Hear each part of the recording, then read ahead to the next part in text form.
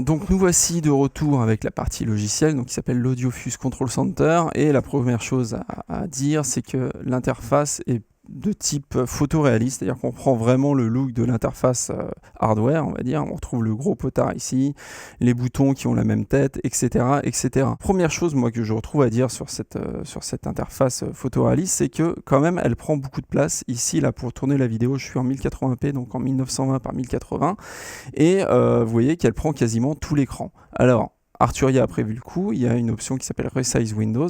Donc là, je suis à 80%, je ne suis même pas à 100%. À 100%, elle sort carrément de l'écran quand je suis en 1080p, donc elle prend vraiment énormément de place. Mais si je réduis un petit peu à 60 ou à 50, on peut avoir après sur certains écrans des problèmes de lisibilité. Donc ça, c'est vrai que bon, c'est plutôt joli, on retrouve facilement ces petits grâce à ça, parce qu'effectivement ça ressemble à la partie matérielle, mais c'est vrai que moi personnellement j'aurais préféré avoir peut-être quelque chose de plus compact, de plus modulaire aussi, avec par exemple la possibilité d'afficher ou pas certaines parties. Par exemple les settings, c'est vrai qu'on n'a pas forcément besoin de tout le temps avoir les settings affichés. Sur d'autres interfaces, on a quelque chose souvent de plus modulaire et qui s'adapte peut-être plus à son workflow, comme par exemple la dernière Apogee que j'ai testée, où là vraiment il y a plusieurs fenêtres et on peut agrandir ou pas les fenêtres très facilement, faire afficher certaines parties ou pas. Donc là c'est vrai que c'est à la fois très simple d'utilisation, c'est le gros point positif, mais c'est vrai que on peut pas faire grand chose en fait avec cette interface, et elle prend quand même beaucoup de place. Dans la partie settings, on a accès donc au tour d'échantillonnage, aux réglages concernant les entrées et les sorties numériques ici. On peut aussi demander pour la sortie speaker B, donc pour la deuxième paire d'enceintes, pour savoir si elle prend le même signal que le casque numéro 2. On voit ici quelque chose de très intéressant, c'est qu'on peut passer en mode reamping. Donc ça veut dire qu'en fait on utilise la sortie gauche de la deuxième paire d'enceintes comme sortie reamping. Donc ça c'est quelque chose qui peut vraiment intéresser les guitaristes.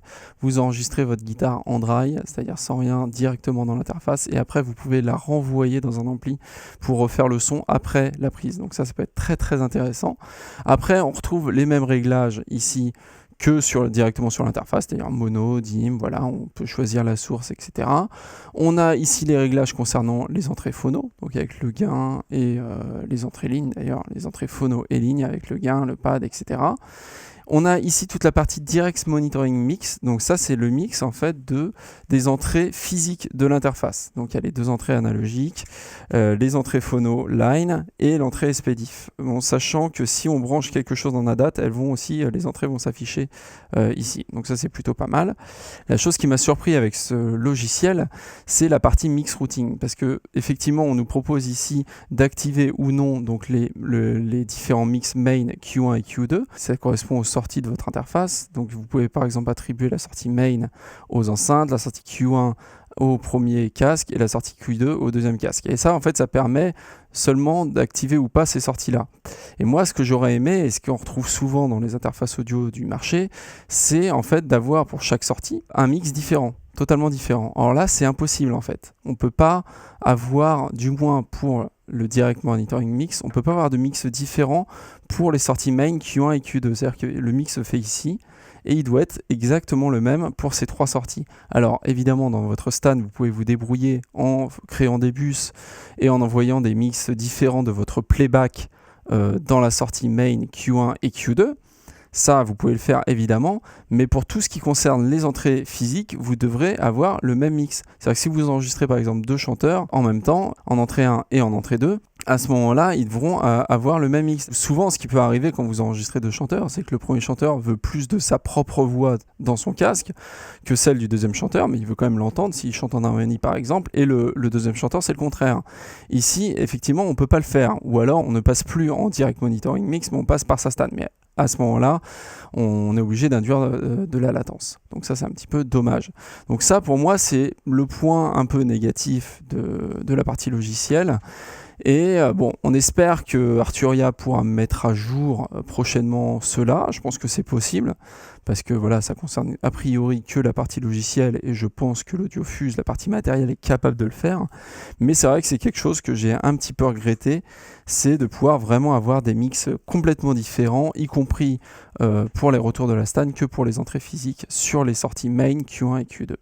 Donc ça, c'est un peu le gros manque. On espère qu'il y aura une mise à jour plus tard. On finit avec la partie TalkBack, donc avec le micro intégré, qui est très simple, hein, avec un gain pour le micro et le fait de l'envoyer après sur les enceintes. Alors faites attention, hein, si vous envoyez le micro TalkBack sur les enceintes, attention à l'arsène, ou l'envoyer dans le casque numéro 1 ou numéro 2. Après, on peut aussi regretter le fait qu'il n'y ait aucun traitement interne, c'est-à-dire pas d'effet, pas de reverb, pas de compresseur, pas d'EQ. C'est vrai que voilà, certains concurrents le font, je pense notamment à Universal Audio, à RME.